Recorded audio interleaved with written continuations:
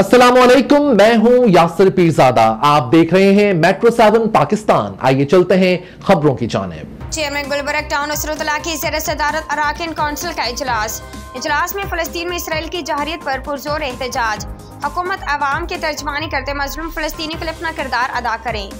Karachi chairman Gulberg town Nasrullah की ज़ेर सदारत अराकीन काउंसिल का इजलास में अराकीन town council director parks Nadeem Hanif, director sanitation Waqar व दीगर बल्दियाती अफसरान ने शिरकत की।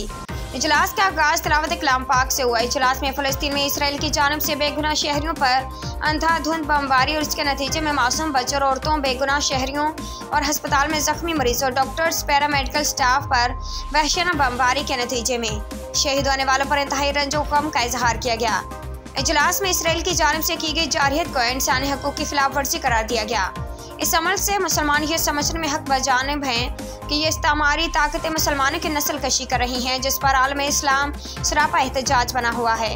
इजलास में गुलबर्ग टाउन में कचरा मलबा टाउन के मुकर्रर करदा जगहों पर ना डालने वालों के खिलाफ कानूनी कार्रवाई करने के हवाले से कमेटी तश्कील दी गई।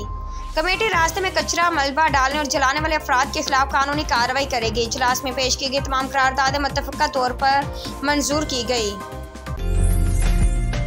उम्दा में पकाएं और जी भर के खाएं।